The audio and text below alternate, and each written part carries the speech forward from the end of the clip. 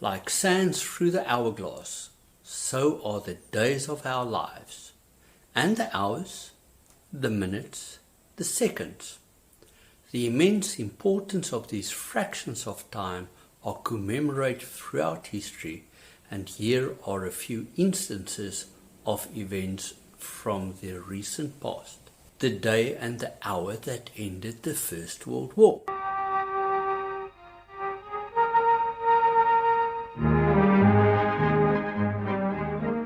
November 11, 1918, 11 a.m. The 11th hour of the 11th day of the 11th month. The Kaiser has fled to Holland. Imperial Germany has ceased to exist. The Great War is over. The 1-minute silence held in memory of a departed soul. The enduring anticipation of the 1-second countdown. 6, 5, 4, 3, 2, 1, 0. All engine running. Liftoff. We have a liftoff. 32 minutes past the hour. Liftoff on Apollo 11. The time has come, the walrus said, to talk of many things. The origin and development of these partitions of time is the subject of this talk about the calendar.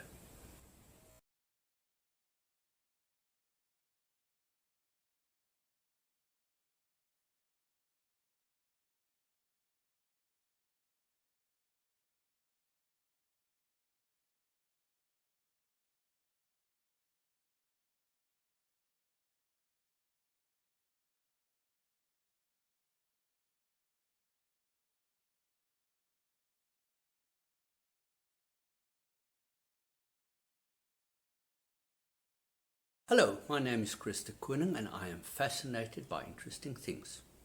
This is one of a series of videos about the calendar. In previous videos, we looked at factors that influence calendars.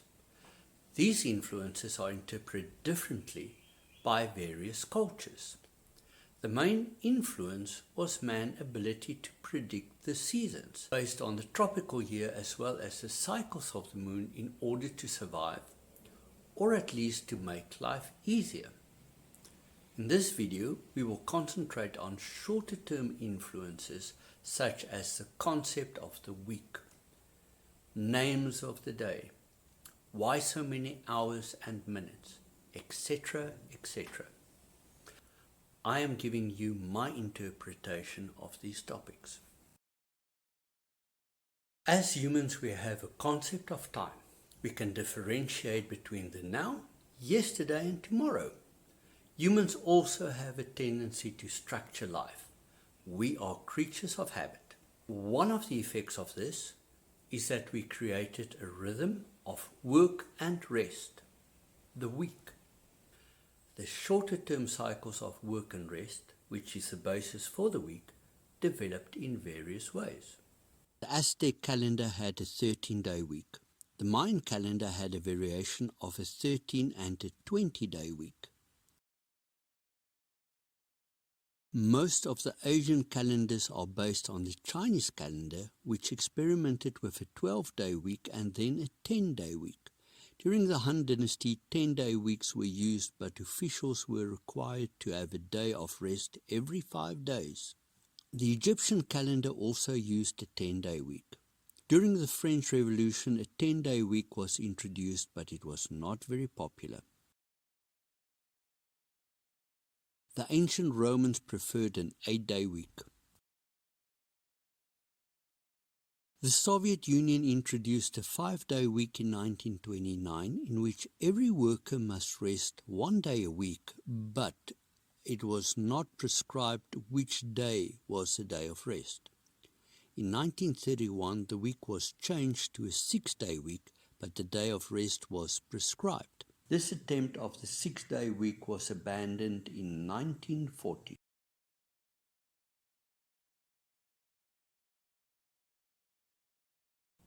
Those of us who only use the Western calendar will automatically associate the week with 7 days. The origin of the 7-day week started with the Jews and Babylonians. They and many other cultures use lunar calendars. A lunar cycle is approximately 28 days, which divides into 4 weeks of 7 days each. However, due to tidal influences and other factors which we haven't discussed yet, such as sidereal time, all I want to say here is that the 7-day week does not fit perfectly into the lunar month. In the case of the Jews, there is an alternative explanation based on religion. According to the book of Genesis, God created the world in 5 days. On the 6th day, Adam and Eve was created, and God rested on the 7th day. Thus a 7-day week was ordained. The week starts off with a holy day, followed by 5 days of work and concludes by a day of leisure. That is how the days are portrayed on calendars, with the week starting on Sundays. However, many people associate the start of the week with Monday and ending on Sunday, originally as a result of a devotion to the Bible's prescript, but ultimately because of habit. Different religions delegate different days of the week as the holy day. The Romans favored an 8-day week. When Julius Caesar reformed the calendar in 46 before Christ, the idea of a 7-day week was introduced into Roman society. It was not a particularly popular idea, but in time the idea gained more support. In 321 AD, Rome had its first emperor who converted to Christianity. He was the Emperor Constantine, who made the 7-day week official. The names of the days in a week comes from the planets. To explain how the names were chosen, I need to digress a bit. Today we know that our solar system looks something like this as seen in this simplified and not to scale representation. However, we tend to forget that before the invention of the telescope and the scientific revolution, our ancestors had a very different idea of the planets. Let us discuss the planets. A good place to start describing our solar system is to focus on our sun. The ancient Greeks called the sun Helios, and the Romans referred to it as Sol. Interesting fact. The Sun consists of 99.8% of the mass of the solar system. The Sun's gravity anchors the Earth and all the other planets into place. This is our solar system. Our star is relatively young and is a yellow dwarf type of star. Although Mercury is the planet closest to the Sun, it is not the hottest planet. After Earth, Mercury is the densest planet in our solar system, even though it is only slightly bigger than our Moon. It takes Mercury 176 Earth days to complete a rotation around its axis and 88 days to complete a revolution around the Sun. This means that on Mercury, a day is longer than a year. You may be surprised to learn that Mercury is the most cratered planet. It has an atmosphere, organic material, and water ice. The planet Venus is commonly known as the morning star and the evening star. Venus is the hottest planet due to the greenhouse effect. The surface temperature can reach 471 degrees Celsius, and the surface atmospheric pressure is 92 times that of Earth. Venus is about the same size as Earth, a little less dense, and it rotates in the opposite direction to the other planets. Like Mercury, a day on Venus is longer than a year. It takes 243 Earth days to rotate once on its axis to complete a sidereal day. The planet's orbit around the Sun takes 225 Earth days, compared to the Earth's 365 days. A solar day on the surface of Venus takes 117 Earth days. Earth is the third planet from the Sun. This pale blue dot is the only home of life in the universe, as far as we know. Its rotation period, inclination, seasons, etc. forms the basis of our discussion on the calendar. Mercury and Venus lies between the Earth and the Sun. so we refer to them as the inner planets. On the other side of the Earth are the outer planets. After Mercury, Mars is the smallest planet in the solar system. Mars has about 10% of the mass of the Earth, 15% of the Earth's volume, and 37% of the Earth's gravity. The tallest mountain in our solar system is on Mars. It is called Olympus Mons and is 21 kilometers high and 600 kilometers in diameter. Valle Marineris is an extensive canyon system that is 4,200 kilometers long and, in places, is 7 kilometers deep. Although Mars has a thin atmosphere, it is basically a desert, therefore ferocious dust storms are generated. Mars also has 2 moons. The 4 planets closest to the Sun are rocky planets because they have solid surfaces with an atmosphere. The distinguishing feature of the planets further away is that they are gas planets. The outer layers are extremely thick layers of atmosphere with a solid core which is very deep within the planets. The first of the gas planets is Jupiter. Remember that the Sun contains 99.8% of all the mass in our solar system. Of the remaining 0.2% of the mass of our solar system, 97% of the mass resides in Jupiter. The little mass that remains forms all the rest of the planets, the moons, minor planets, asteroids, and whatever. Jupiter is a failed star.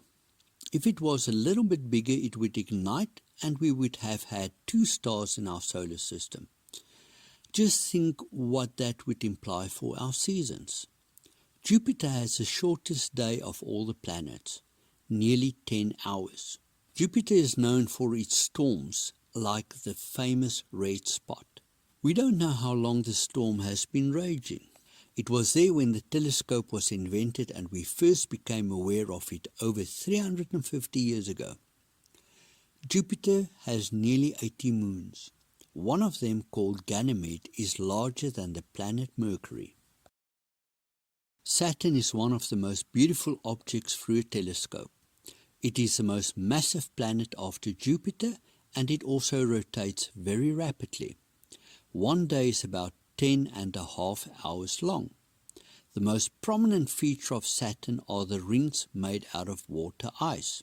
The rings stretch out nearly 13,000 kilometers from the planet, but are only about 20 meters thick. Jupiter has the most moons in the solar system, about 150. Uranus is too dim to be seen with the naked eye and was discovered by telescope maker William Herschel in 1781. Uranus has an atmospheric temperature of minus 224 degrees Celsius. We refer to Uranus as an ice giant. The rotation angle of Uranus is tilted at 97 degrees, differing from the other planets. Uranus has a ring system and 3 moons. The existence of Neptune was predicted by Leverrier and found by Gall in 1846. Neptune is smaller than Uranus but has a greater mass. Due to great differences in temperature between its core and atmosphere, Neptune experiences the highest recorded winds in the solar system of over 2,000 kilometers per hour. Neptune has a ring system and 14 moons. The existence of Pluto was predicted by Percival Lowell and found by Clyde Tombaugh in 1930. Pluto has a very eccentric and inclined orbit. The distance from its closest to its furthest point from the Sun is nearly a third of its orbit.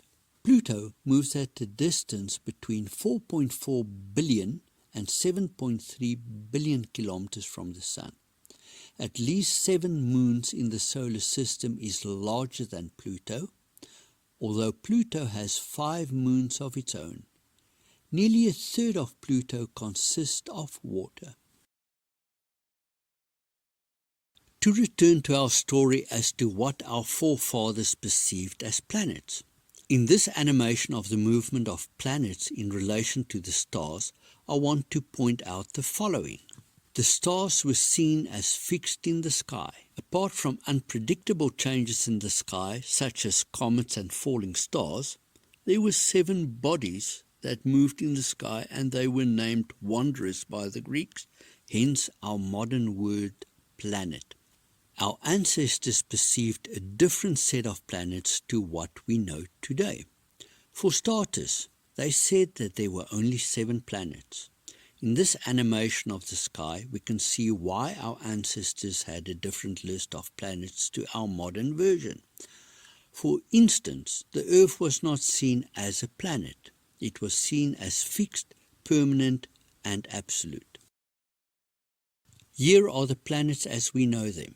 This representation is not to scale.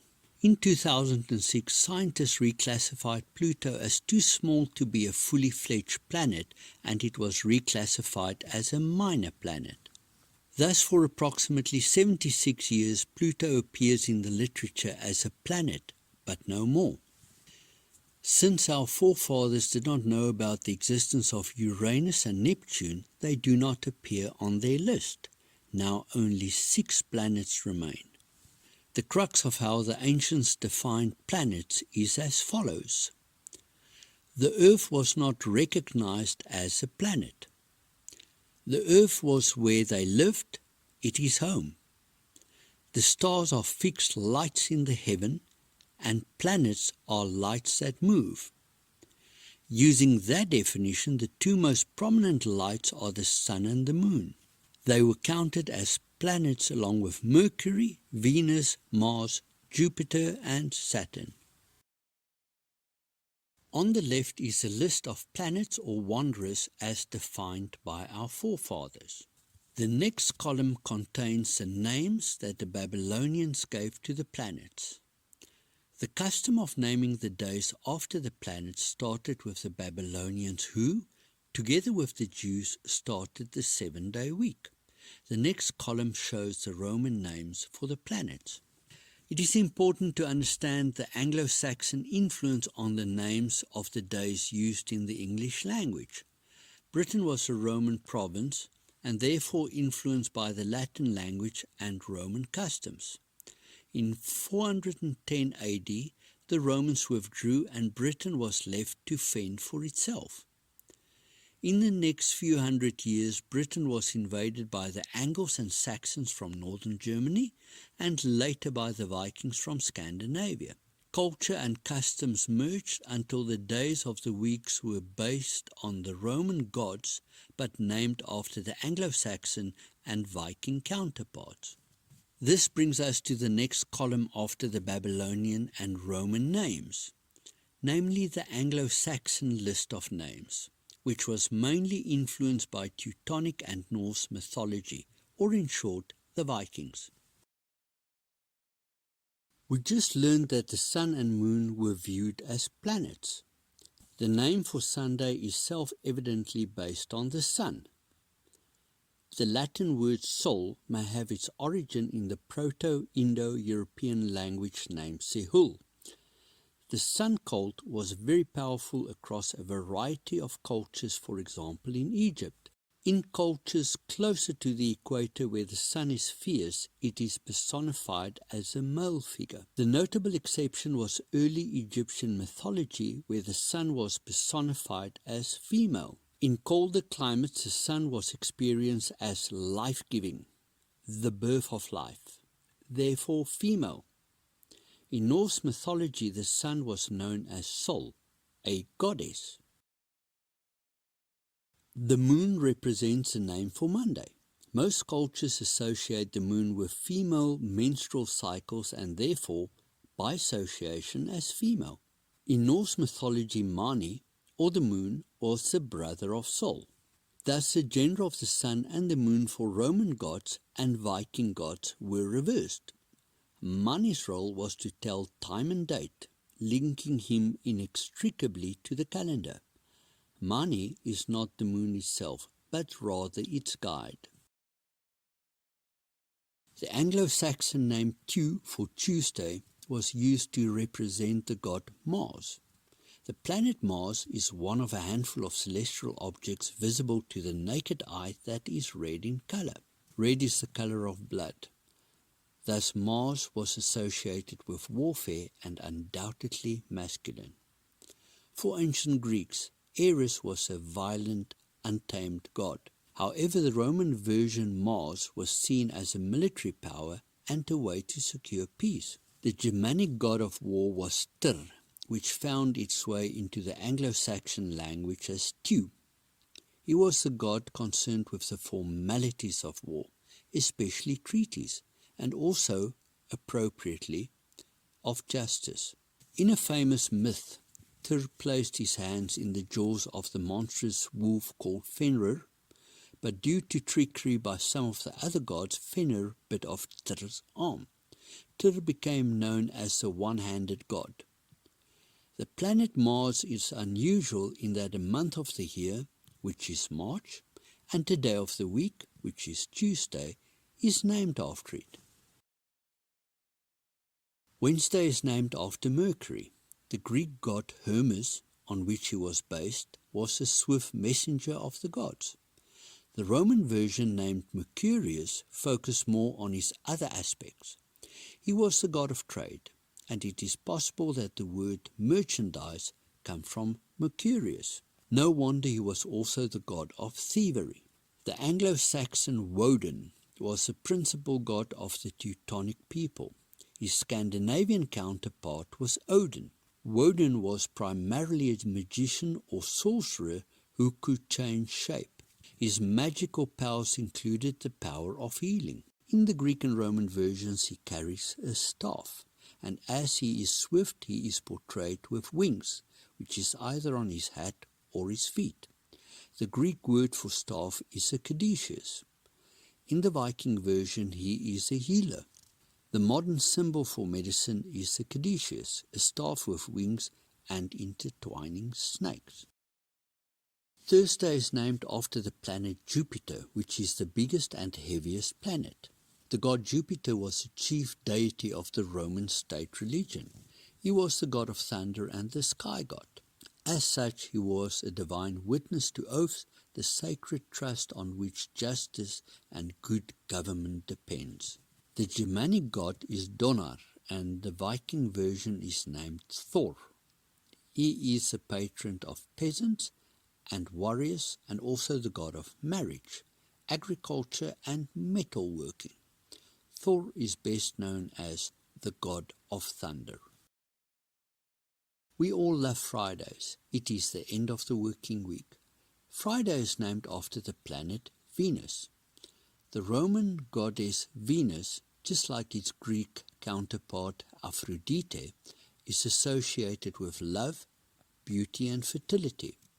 In Greek mythology, Aphrodite is born from sea foam. The Anglo-Saxon counterpart for Venus is the goddess called Freya. In Old Nordic mysticism, Freya is a particle and is associated with a fondness for love, fertility, beauty, and fine material possessions. A little-known feature is that Freya shares the fertility niche with a twin brother called Freyr. Saturday is of course named after the planet Saturn. In Greek and Roman mythology, the various planet gods share the same characteristics, but Saturn was the exception.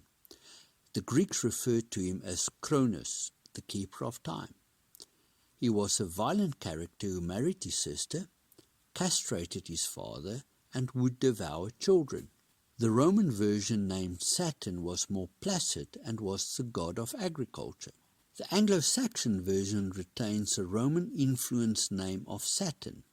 The Nordic version of Saturn is named Njord, and he was more human than God, and during his reign, peace prevailed. There is a movement to standardize the weeks of the year. In other words, every year will start on the same day of the week. For this year to work, they do away with the leap day on 29 February every 4 years. discrepancy that divide 52 weeks of 7 days into the tropical year of 365.24255 days are allowed to build up over a longer period of time, and every decade or so have a year of 53 weeks.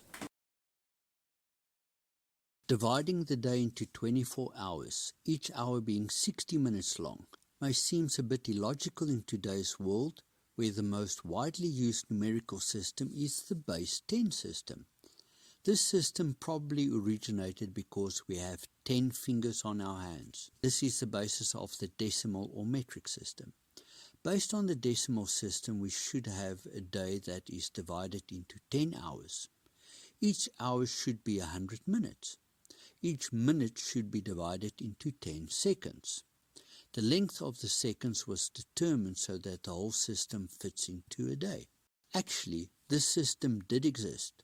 Between 1793 and 1795, during the French Revolution, this system was tried, but it proved unpopular. The system was abolished in 1795 by the same legislation that established the decimal system that we use today. The question is how we started using and continue to use a system that seems illogical, at least on the surface of it. Historically, there were many numerical systems used. The civilizations that first divided the day into smaller parts, however, used different numeric systems, specifically duodecimal and sexagesimal. The base 12 system. Because we have 10 fingers, 5 on each hand, it is logical to assume that people would develop the metric system as described above. However, we tend to forget that using the same 10 fingers but in a different configuration, you get a different count. It is possible for people to count on their fingers to 12 using one hand only, with the thumb pointing to each finger bone on the 4 fingers in turn. Thus we can count to 12 using only one hand. This is very convenient. Now we need to take the logic one step further. Part of what makes the calendar so useful is that we can divide a year into months, into weeks, into days, into minutes, and into seconds. The whole system is divisible. The number 12 is the most convenient number to divide into fractions. It is divisible by numbers 2, 3, and 4. Thus a day is 12 hours times 2. We multiply 12 hours by 2, 1 for daytime, 1 for nighttime. But to divide one set of 12 hours is more convenient than using 10 hours. But why do we use 60 minutes? For the same reason as 12. 60 is divisible by numbers 2, 3, 4, 5, and 6. It was a numerical system started by the Sumerians and later used by the Babylonians. The system forms the basis of measuring time, angles, as well as geographic coordinates. All the sources point to Egypt as the origin of the 12-hour day. Different cultures had different ways of telling time, but the oldest known sundial was found in Egypt. The system that they used was adopted by many other cultures and found its way to what is now the internationally accepted time measurement system. The Egyptians divided time measurement of the day into 3 parts. The day was divided into 10 hours of daylight and 2 twilight hours, one at the beginning of the day and one at the end of the day. 12 hours of nighttime. To look at this in more detail, the sundial was used for keeping track of the daytime hours. In other words, when the sun threw a shadow. The 2 twilight hours was a time when there was no discernible shadow, but the stars were not clearly visible yet. The Egyptians divided the night into 12 hours. They kept track of time by using Deccan stars. These were stars that were evenly spaced throughout the sky and thus could be used to keep track of time. In this comparison between the constellations and the Egyptian Deccan stars, the actual stars are not aligned between the two images. There is a problem. The length of daylight hours during winter and summer varies. Remember, an hour is 1/12 of daylight time, but this changes the further away you move from the equator. Hipparchus, a Greek astronomer, brought order to the length of the hour. He used equinoxes, the time of year when day and night time are equally long, and measured 12 hours of daylight and 12 hours of night time. All these hours were evenly spaced out. This marked the start of the 24-hour as we know it today. Hipparchus lived in the 2nd century BC. A day started as the sun came up, thus the hours of the day were counted from sunrise. Midday was the 6th hour and sunset was the 12th hour. Compare that to our modern day, which starts at midnight, thus advancing the clock by 6 hours. A milestone in managing time came in the 14th century when the clockwork clock was invented. Time was then displayed by means of a dial on the face of a clock. It then became practical to subdivide the hour into minutes. The concept of dividing the hour into smaller parts has existed since ancient times, but was at that time impractical to apply. Thus, the widespread use of the minute originated only the other day, about 600 years ago in the 14th century. The origin of the words hour, minute, and seconds. Hour is from the Greek word hora, which means a period of time. That is very vague, but through use became associated with 1/24th of a day. Once the clockwork came into being, the hour was divided into smaller parts. A smaller part is minute, or minute, from the Latin pars minuta prima, meaning first small part. When it became necessary to divide the minute into smaller units, the mathematical term was used for making a minute even smaller. It became a second degree of minuteness. And so the world turns, spinning through the ages until man made sense of the seasons, the years, and then the months and days to bring order to his life. The concept of time is so integral to our existence that we can scarcely communicate without referring to it. How did it get so late so soon? Sorry, time is up. I have to go.